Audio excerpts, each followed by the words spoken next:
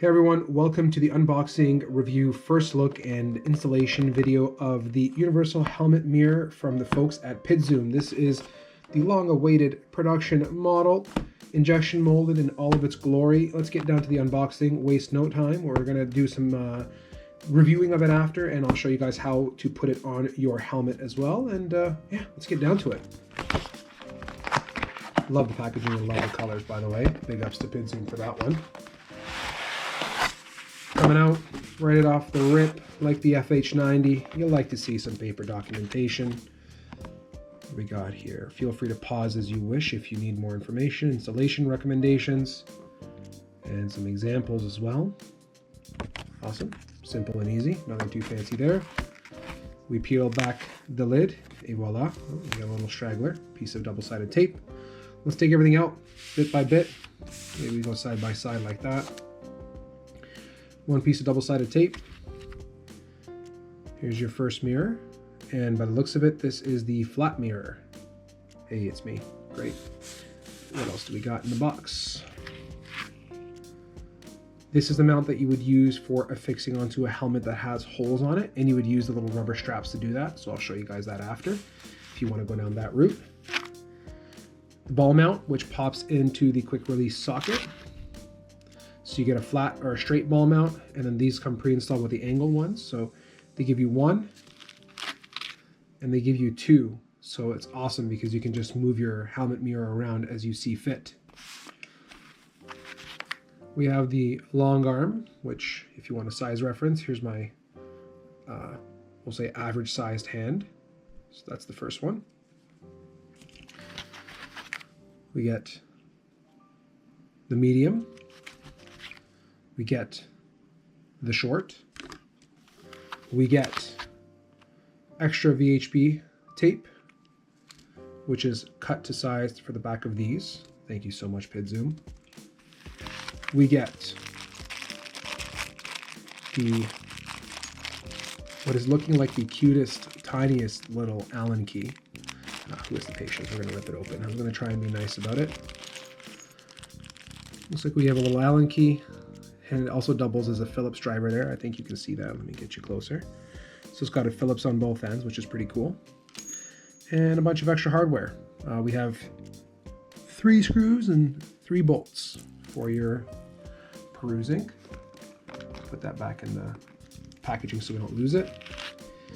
In here we have, these look like caps of some sort. Oh, I know what they are. I'll show you in a second. So in the prototype version, they had like a little, I guess, disc in the bottom of the cups where the ball joints are. And essentially what those did is they once you crank down on these, I'll actually take it off and show you, but these are the spares for this, is the short and sweet answer of it. So we'll put these away in here. Yeah, and I'll show you that. So once you take this off, you see the little cup spacer in there, the green guy? Yeah, so that's how that works. And we can, now I'm a convex mirror user, so I believe the convex mirror is underneath. Et voila, look at that. So here's your convex mirror. Or did I make a mistake? I lied. This is flat, this is convex. You can actually see the difference, so. Same distance, we'll put this one in. See how much more you get in the frame? Yeah.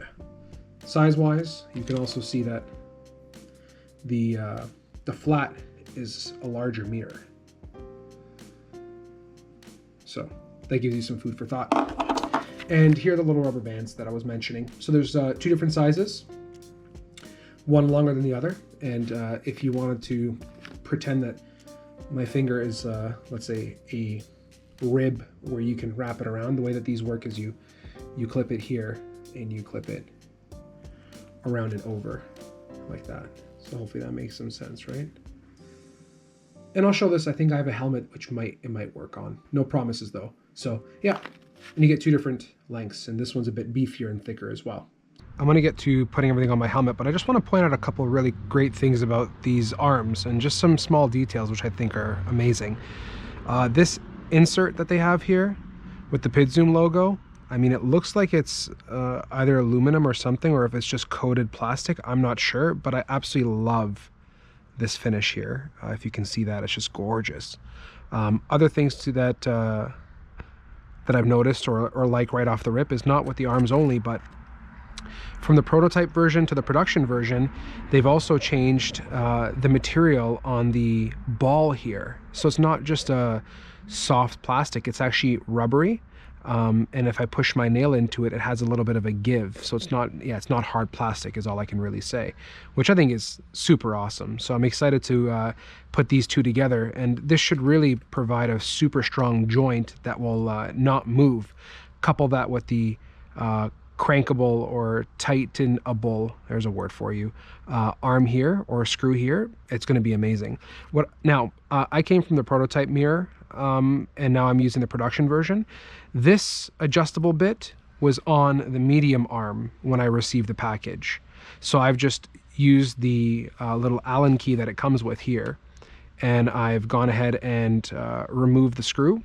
Out of this screw used to be here, removed it, and I've unscrewed this and now put it into the long arm. And if this is the arm you're going to be using the most often, this permits you to be able to unscrew it and like put it flush with your helmet for transportation, and then move it out as you need when you start to ride again. So with that all said and done, I think let's get down to the installation portion of it, and we'll go from there.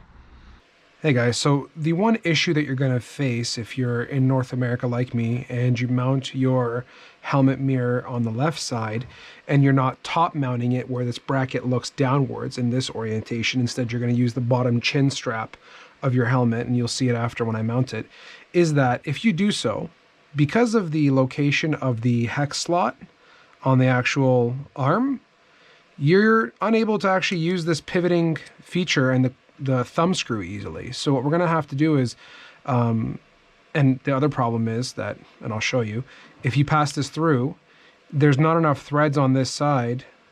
Actually, I lied. We're going the other way. If we pass it through this way, there's not enough threads sticking out over here to grab the nut. So you have no choice but to cut a hex shape into this side of the arm as well. So we're going to do that now, and I found the easiest way to do it is to take one of these screws that are supplied in the package, pass it in through the side that has the hex slot. That gives you enough thread to then take a nut that comes in the package and screw the nut on.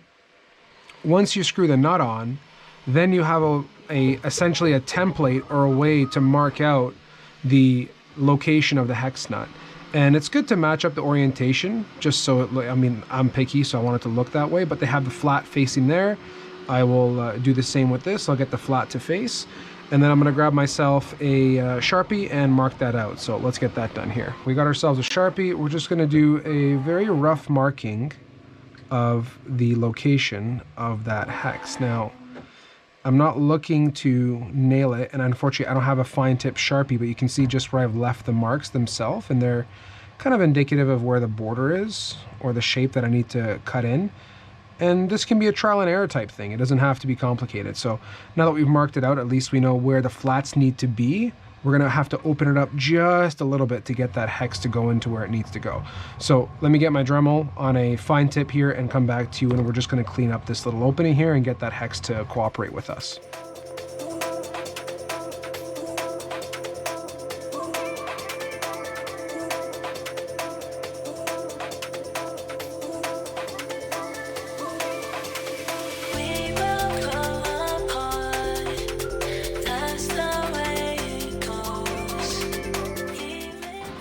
Okay, so I think we're at a good place now. I mean, it's not exactly what I would like to have. I certainly didn't achieve the exact hex shape that I wanted. This nut is semi-susceptible to coming out of its slot because I don't have a, let's say, a fine tip enough bit to get those hard angles, but it's not a big issue. I mean, at the end of the day, as long as it grabs, I'm happy and it looks semi-clean.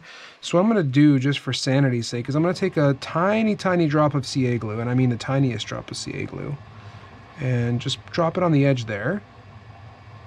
Yeah, just something to hold that nut in place if I ever do decide to remove this thumb screw. I'll put the thumb screw in as like a guide, maybe just a tiny additional drop over here. Just something super small. Yeah, that's perfect. Just the tiniest little drop there in the corner. You can hardly see it actually, but that's okay. Give a little wipe with the finger, and I'm impatient. I like to use some kicker. Get that nut to set.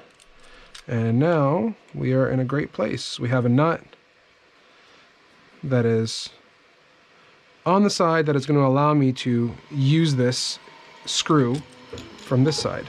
Awesome.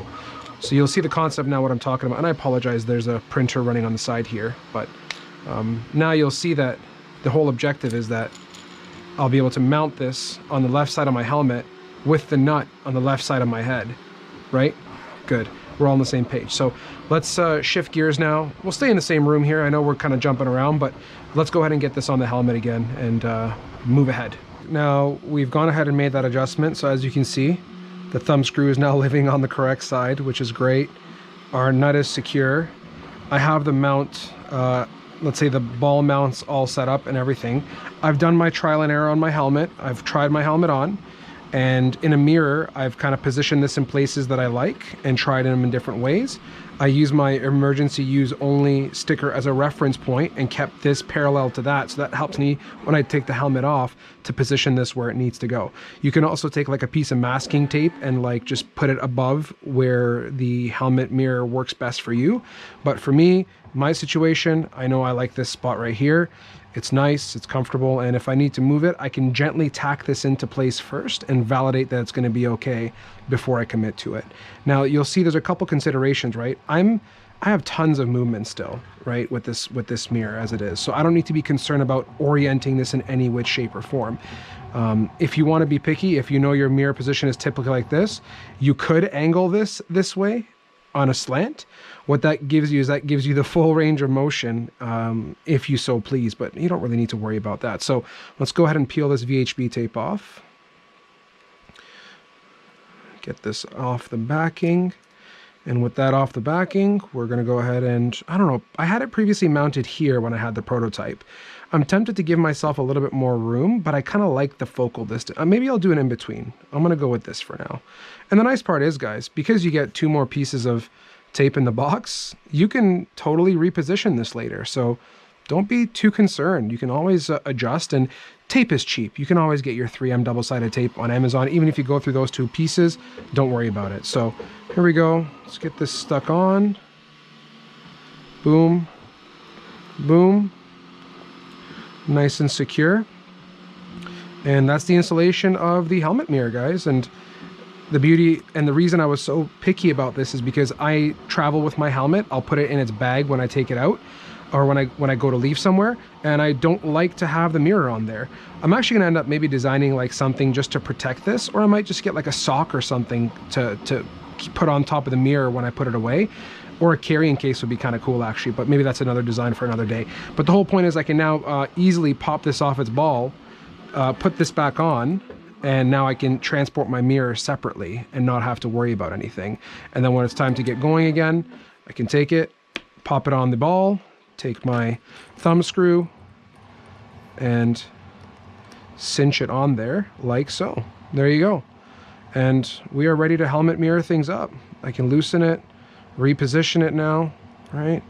Tighten it, adjust my mirror, crank this down as I need, and it's so, this new rubber material on the end of this ball is just chef's kiss. I love the fact that they went with this this material here.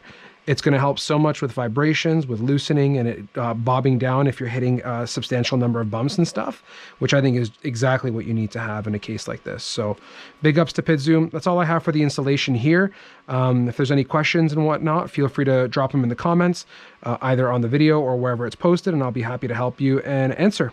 For those that got your mirrors, enjoy. For those that don't have them, hope this was informational and you end up grabbing one if it so fits your needs. So with that, take it easy, and thanks for joining me on this PidZoom video. Bye for now.